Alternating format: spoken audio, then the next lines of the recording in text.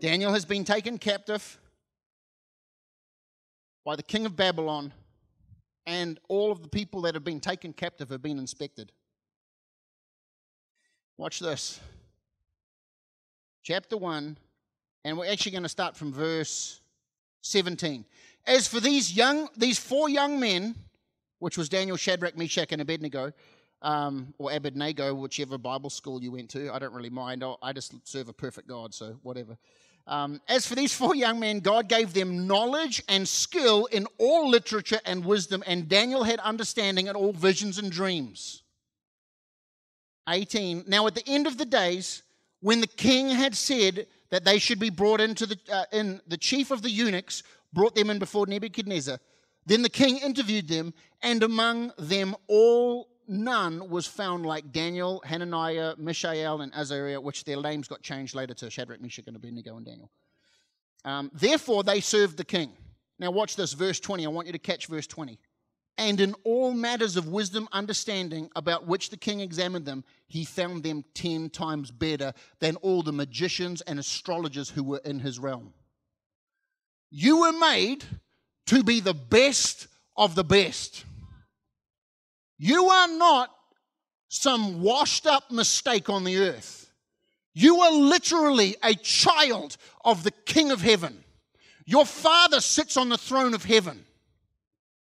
Is somebody getting this? I know I'm passionate about this, but I'm speaking into the atmosphere of your life right now. I'm not trying to shock your heart, but I'm definitely trying to shock your mind.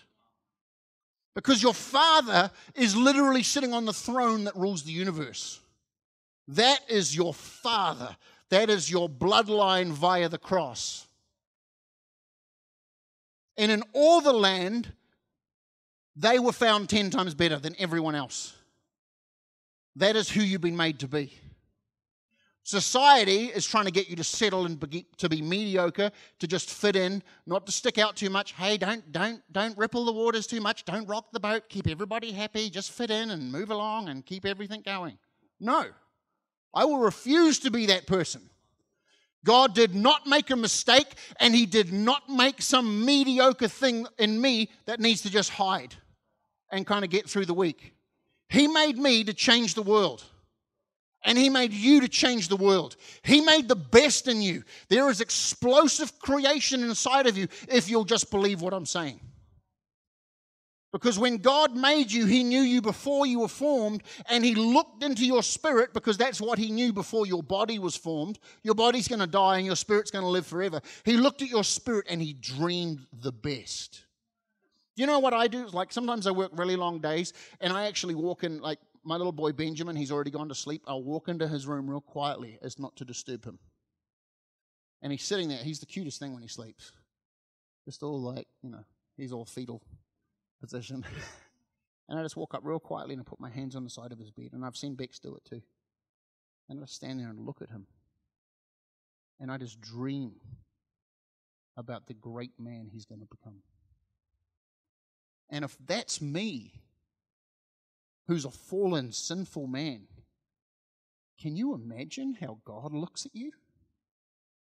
Could you imagine that God comes into your bedroom at night while you sleep and looks at you and dreams? Don't settle. I've made you for greatness. Don't fall into the mold. I've made you to stand out and reshape the earth. Don't let them tell you you're a mistake.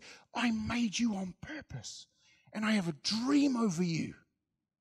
And my dream is so much bigger than what you're buying into.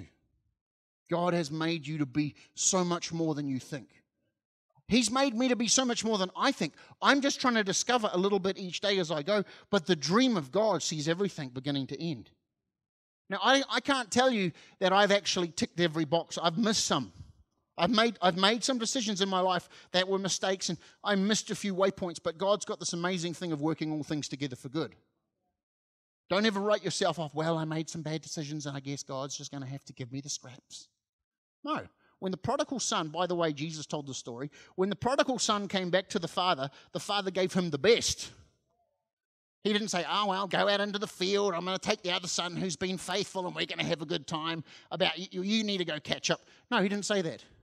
He went and got him a ring. He got him a robe. He gave him a bath. God knows he needed it. And he put shoes on his feet, and he said, we're going to kill a beautiful animal so we can have a feast. We're going to invite all our friends and tell them about how excited we are that you're here. God made you to literally go in and change things.